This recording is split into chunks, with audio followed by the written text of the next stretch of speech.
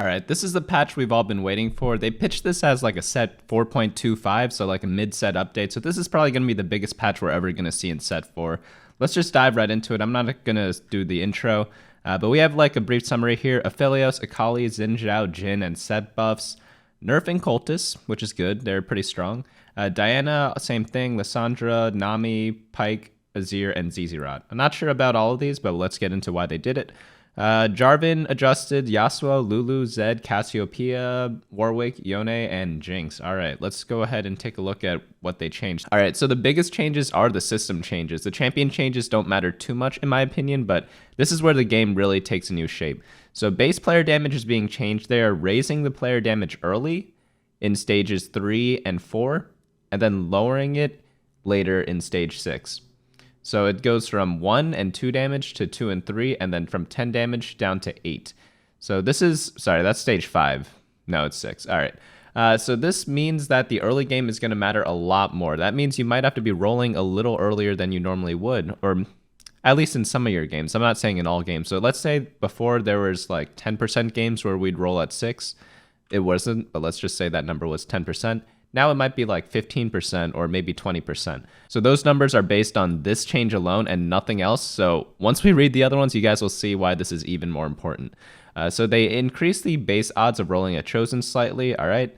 And then Chosen roll odds, at level 4, you're more likely to get a 1 cost 60 to 40 instead of 40 and 60. At level 5, you're less likely to get a 3 cost, and then you're more likely to get a 1 and 2 cost, mainly a 1 cost. So what people were doing before, they were actually pre-leveling on stage like 2-1 or something like that in order to get a 3 cost Chosen randomly, because there's a 30% chance that that would happen. And that was like a viable strategy. And I feel like this is a bit early to get a 3 cost Chosen because, I mean, like you're level 5, that's the start of the game. 3 costs are like the mid-game unit, so it didn't really make sense. But maybe the 5%'s low enough. So level 6, they have 10, 45, 45, and they changed that to 15, 45, 40. So they're increasing a lot of the 1 cost Chosen. And then level 7, this is where the big change comes in, guys. Instead of having a 30% chance to get a 4 cost Chosen, and 4 cost Chosens are one of the best in the game, because those are generally the carries that you build your team around, they are going to be reducing this to 5%. So this means rolling on 7 not going to be as effective as it was before. Before, it was way too effective. Literally, like 7 out of 8 people were rolling on 4-1. At least 6 out of 8. Most times it was 7 out of 8 players. And you just pray to hit Chosen Ashe, Chosen Talon, Chosen whatever 4 cost, because those were the strongest units in the mid game, which generally is where the game's decided in terms of fights. Now that's being changed. So are we going to see people roll on 6 and then make it to level 8? Because we look at level 8, the 4 cost Chosens, they are going to be 40% still. So does that mean you need to stabilize on 6 on stage 3-2, maybe roll down to 10, then go 8 at maybe stage 5-1 or 4-5? And then skip all the rolling on level 7. That might be the new strategy now. So let's see what actually happens and shapes up as people play. But these are the 2 biggest changes so far, both the damage changes and then now the Chosen roll odds. Let's get into the normal roll odds because this still does affect the game. They are reducing the chance to get a 4 cost at level 5. I like this change a lot because a lot of people, they get like a pair of Talons or a pair of Ashes during level 5, and it's like, how am I supposed to come back from that against that guy? So I'm glad that they lowered the chances of that. But I do think that you should be able to get a 4 cost during level 5, just because it mixes the game up a little bit and adds more decision making, in my opinion. Because a lot of times you get 4 costs that you don't want. You have to decide whether you take them for temporary buffs or just pass on them. Level 6, they are reducing the chance of 4 costs as well from 10% to 5%. And then at level 7, they're also reducing by 5%. So it's actually going to be pretty hard to hit a 4 cost now. And again, they don't change it for level 8. So again, what we're thinking, on level 6, you're rolling down for a 3 cost carry to stabilize. Something like a Kindred, maybe like a Jinx or Xin Zhao. Maybe not Jinx because they're changing her, but champions of that nature. And then that takes you to level 8, and then you roll down like hopefully 30 to 40 gold on level 8, hit the Chosens like you did before, and then everything's back to normal. So loot distribution lowered the variance in the initial loot drops from stage 1, leading to a slight increase in total loot overall. Reduced the extreme variance in item distribution by 1, which should lead to less extreme cases of similar dropped items in game. And then gray orbs, average value increased slightly, but lowered Nico drop rates for them. So let me explain what this means. So on the first one, they are going to make it so that some people who get like a ton of gold in the beginning of the game and some people who get like 2 gold in the beginning of the game, that's going to be a narrower range now. So that's what they mean by lowering the variance. I forgot what the exact numbers were, but if it was like 2 and 16 before or 2 and 18, it might be something like 4 and 12 now, just to give an example. What this change does, so if you guys didn't know, items, the way they work is that you have a pool of items to start the beginning of the game, and it's like either 2 of each item or 3 of each item. I forget which. And then after every stage, they add 1 of every item to your item pool. So now they're going to reduce that by 1 so that there's a less chance of getting like 5 belts. And now you could probably only get 4 belts, just as an example. So next up we have the traits and Chosen. So Chosen, bonus attack damage. So a lot of champions, when they're chosen, they get like a bonus trait, and this only pertains to those who get attack damage. They're being lowered from 30 attack damage to 20, and this affects Yasuo, Aphelios, Zed, Xin, Zhao, Ashe, Jhin, Talon, and Warwick. So obviously these are all nerfs because, I mean, it's pretty straightforward, right? Now onto the traits. Cultist. A chosen cultist now only provides +1 star level to Galio instead of double the star's chosen level or chosen star level. So what this means is a 2-star chosen cultist now only improves Galio by 3 instead of 4 from before, because you just do 2 + 1. And then at 3-star chosen cultist, it's now 3 + 1, so that's now a +4 instead of a +6, which was doubled before. Cultist was pretty strong. It was like guaranteed top 4 if you played it. It rarely won, but like guaranteed top 4, you pretty much take that every time you can. So yeah, it did need to be touched a little bit. Fortune fixed an issue where one of the 11 lost drops were being undervalued. Okay, I never really run into those. Fortune slightly lowered the drop rate of Nico's help from the 6 Fortune loot table. So they are nerfing Nico a lot. So that should be because they did it here and now they're doing it on Fortune. So that means there should be slightly fewer 3-star like 4 costs or 5 costs based off those changes. Okay, now onto the champions. I said this wasn't as important, but it's still like very relevant to the game. So Diana being nerfed at 3-star and 4-star. She was very, very strong. Hopefully you need to play or use your brain a little more whenever you play Moonlight Diana now.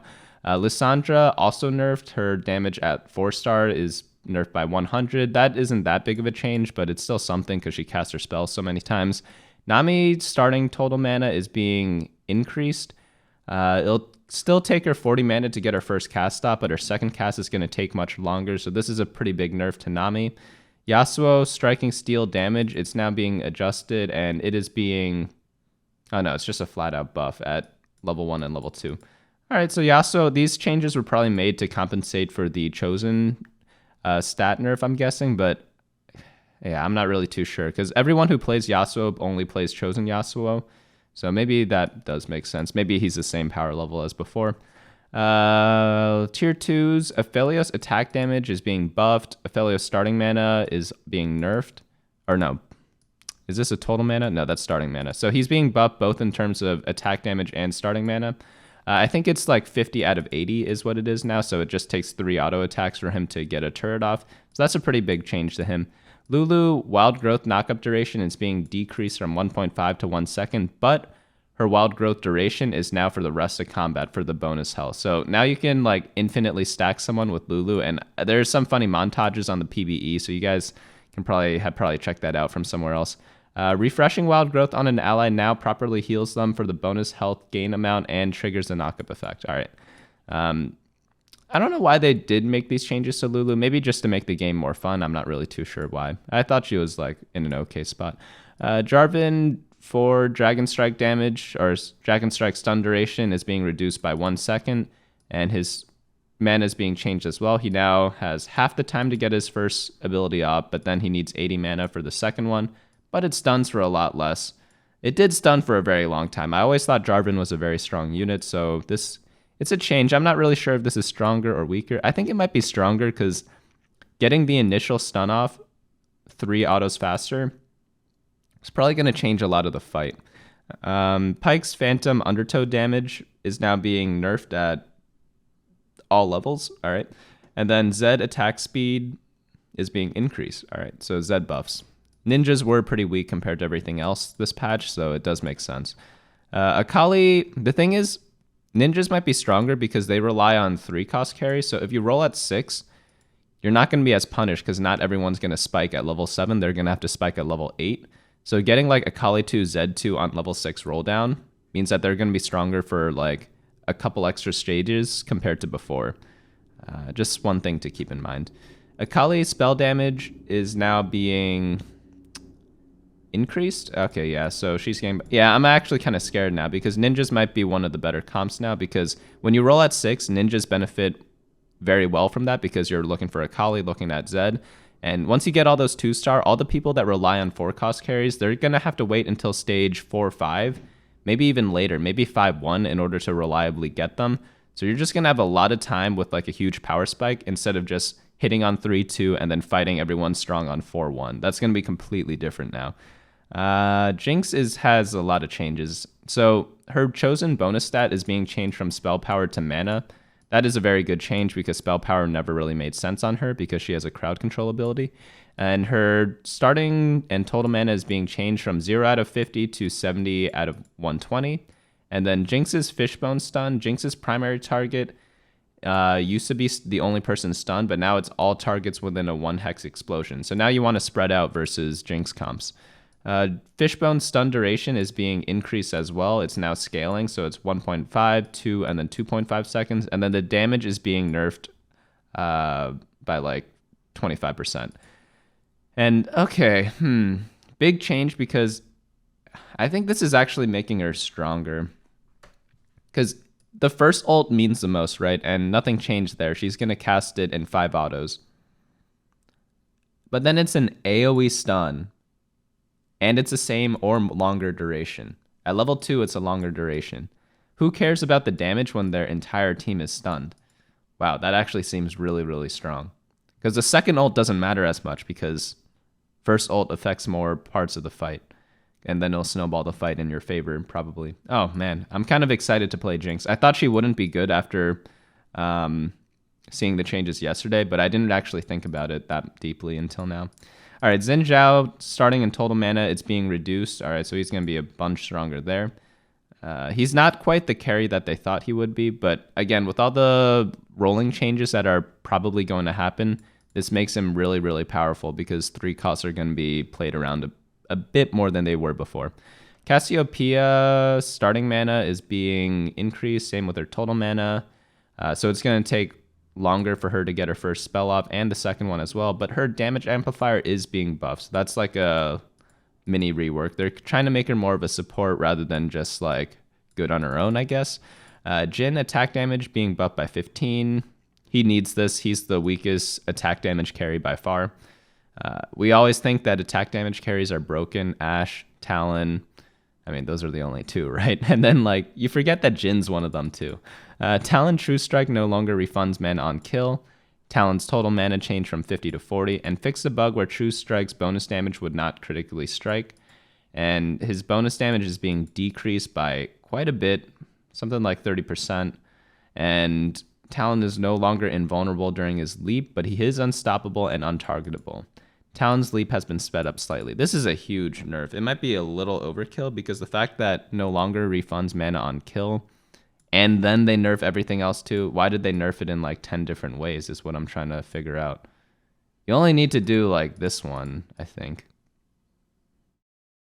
This one's a buff, the total mana change. But like if you're trying to compare no longer refunding mana on kill with like a 10 mana buff or like a 20% mana buff, that's like nothing. Holy crap. And then they touch his damage as well. Unless this bug was happening every single game and every single fight, this is going to make him super, super weak. Holy cow. Why do they always go like overboard? Whenever they nerf something, they nerf it in like 50 different ways instead of just like 1 or 2. Because this is like a pretty critical one. It was like a unique characteristic of his ultimate. And then they just gut everything. I don't know. Whatever. Warwick attack damage is being increased 70 to 85, and his attack speed is being decreased, and then his howl's being changed. Instead, when he takes down, he no longer fears enemies. Instead, his howl grants himself and all allies who share a trait with him 60, 75, and 200% attack speed for 3 seconds. I really like this. It's like a thing that hasn't really been introduced before. And like I like the thing where they share a trait with someone, and he has a lot of traits to share. So that should be really fun to do if you build like a Warwick comp.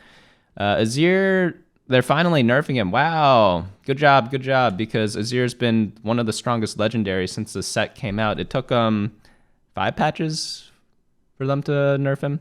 All right. But they did it finally. 50 out of 125 to 75 out of 150. So it's a slight nerf. His first ult's going to be the same, but then his second ult takes a little longer. So actually this won't even affect him that much. But it's a starting point, you know. At least they recognize that he's strong. Lee Sin primary stun duration is being increased from 1.5 to 2, 2 to 3, and then stays the same at level 3. And then the secondary stun duration being reduced. So that's a nerf overall, I'm pretty sure, because his secondary stun hits a lot of people sometimes. And I feel like that's sometimes more devastating than the single target stun. But it's like a change. It makes him more, I guess, one-person centric than like AoE. Yeah, Lee Sin was in an interesting spot. He's always like really good or really bad. It's really hard to judge Lee Sin. It really depends on the patch. Sett's starting mana is being buffed by 30, so that means Sett should be able to get his ultimate off a lot more reliably on his first ult before he does sit-ups. And he really needed this because Sett was such a bad legendary unit. I see a lot of people skipping on Sett 2s because he's that bad.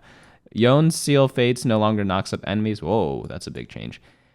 He now becomes untargetable during his cast, so that's a buff. And then Sealed Fate Armor and Magic Resist Shred is now 90% up from 60. And then his total mana is being reduced to 50. This seems like a really big change. So no longer knocks up. That's obviously a huge nerf, but his total mana is being reduced a lot, and he gets a lot more shred, and he becomes untargetable. So now he's more of like a solo carry than like a team player. You might have to actually get like specific items on Yone now. That looks awesome. I mean, his AoE knockup was a little too strong. Not a little. It was too strong. So I really do think that there was a good call taking this out, because like he has AoE CC and he has a ton of damage. Not many champions have that combo. Fix a bug where he could become unresponsive after casting Sealed Fate. This happened a ton. I'm glad they fixed that. And then fix a bug where his resistances reduce would not update correctly if the target's armor or magic resist changed while the shred was active. All right, so interesting changes. I think he's still going to be really good because he's going to be dealing a ton of damage now. If you build like a blue buff on him, I could see that completely destroying people. Items, ZZ Rot, construct damage, reduced 150 to 100. ZZ Rot was a little strong, but since they're nerfing Talon, no one's going to build ZZ Rot anymore. Unless like Zed is the most popular champion. Like ZZ Rot's really good against assassins, but if no one's playing assassins, it's not that great. So since they gutted Talon, I really wonder why they buffed or nerfed ZZ Rot. It doesn't make sense at all. Because they already nerfed it because the use case for it is completely out the window, because Talon looks like he is in the gutter right now. I don't know what happens sometimes. Like they have to be aware that like nerfing one thing buffs and nerfs something else, right? Whatever. Like I've made so many of these calls before and they backtracked on them, so maybe they will backtrack on this one as well. Address an issue where ghost armies with hunter trait occasionally activated the hunter attack instantly upon combat starting. That was a funny thing. You always see like the hunter animation before, and like I always wondered if it actually did something, and I guess it does. I didn't pay that close attention. Hunter trait will no longer fire its first attack 1 second early. Jesus, man, hunters are broken. Zillion now correctly deprioritizes casting a spell on summoned units. Okay, that's a good quality of life change. Why didn't they nerf Zillion also? Zillion's pretty broken. He's been like the highest win rate legendary unit for the entire set, along with Azir, but he's not being touched at all either. He's never been touched like that much. 2-star Zillion's pretty much like an auto win. Okay, whatever. And then they buff him here with the bug fix. Like, okay, whatever. The following attacks now correctly miss and be dodged: Talon's True Strike, Yasuo's Striking Steel, Xin Zhao's Crescent Guard, Wukong's Crushing Blow, and Ash's Hunter Focus. All right, so that's a slight nerf to all of them since they can be dodged now. And Fiora, I didn't even know that they could be before, or they couldn't be before. Fiora will no longer sometimes change targets after casting her spell. I knew Talon couldn't be dodged, but I didn't know like the rest. Fix various issues around attempting to purchase a chosen with a full bench. I'm not really too sure what this one is.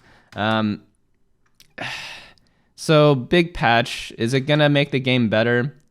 Maybe, maybe not. I hope it does. This set's probably the set I played the least of. Even though it is pretty cool of a set, I don't know. It's got a lot of cool concepts, but when you actually play it, for some reason it doesn't resonate as much with me as the other sets. Okay,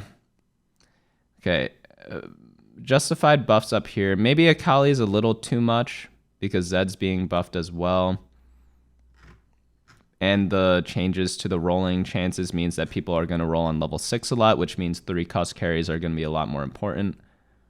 But at the same time, 3-cost carries are so bad this set, so maybe that doesn't actually affect anything. ZZ-Rot nerf makes 0 sense. Even though it's built a lot, when you change the game this much, the meta completely changes. And it was just a good meta for ZZ-Rot. It wasn't because ZZ-Rot was broken. Jinx, I think, is going to be pretty good. Yone, I think he's going to be a lot more damage-oriented, so you want to build around him more instead of just throwing random items on him when you get him later. Of course, you don't have the choice of like perfect items for Yone because he's a legendary unit, but if you do have the choice, it's going to be more important. Warwick, I'm very excited to play him. He looks really cool. That's about it. I'm sad Diana's getting nerfed. I'm sad Cultist is being nerfed. Those were fun to play. But I guess they were. Diana was like way too rewarding for how easy it was. So I'd rate this. I thought I was going to rate this patch highly. It might be like a 5 out of 10, if that. All right. Yeah, I want to be excited about it. But like the fact that every single patch I mentioned something and then they like nerf one thing that affects a different unit or item, and then they go ahead and nerf that other thing too. It just doesn't make sense at all. Like, they keep saying that like people don't realize that changing one thing affects something else in the game. But like, I'm pointing out very obvious things every patch that do affect other things, and like normally it comes out true a lot. Like, remember I talked about Adepts and Quicksilver and how nerfing Quicksilver but buffing Adept would make Adept way too strong, and then everyone's been throwing Adept into every single team comp. I don't know if you guys remembered that, but that pretty much came true. Adept was way too strong, and people were not building QSS as much. I make these calls like every single patch, and like a lot of them come true. For someone who does 0 testing, that's actually pretty impressive, and it's also kind of shocking how like a team that gets paid money to do this doesn't catch a lot of them. Whatever, I shouldn't be too harsh on them. It's just a game at the end of the day. But yeah, I mean, I'm glad that they're mixing it up. It should be fun for like the next week or two, and then we'll see if it stays fresh after that or becomes stale and they might have to make some other changes. I think this is a good, like the rolling changes are good, but we'll have to see how it actually plays out, you know? But yeah, sorry for being so negative towards the end because like, I don't know, it's just a little weird. I would do things a lot differently, but at the same time, I'm not a game designer, but I do catch a lot of things that end up getting messed up. So what does that mean? I don't really know. But I'll see you guys for the meta snapshot sometime later this week. I'm going to be making some changes to the website, so it'll be down tomorrow, Tuesday, where I update everything. And then it should be back by like Wednesday or Thursday. And then I'll release the meta snapshot either on Thursday or Friday. I normally do Friday, but this patch is coming out tomorrow. It's a day earlier than normal. So I might do it on Thursday. We'll see. But it's also like Thanksgiving. I might be busy. I don't know. But either Thursday or Friday, meta snapshot coming out, and then a bunch more guides coming out too. If you guys are new, go ahead, hit the subscribe button down below. Hit the like button if you guys enjoyed this video. And then if you guys want to support me even more, go ahead and check out all the links in the description below. Click all of them. Check them out. It's like Twitter, Instagram, Teespring, all that type of stuff. So yeah, I will see you guys later.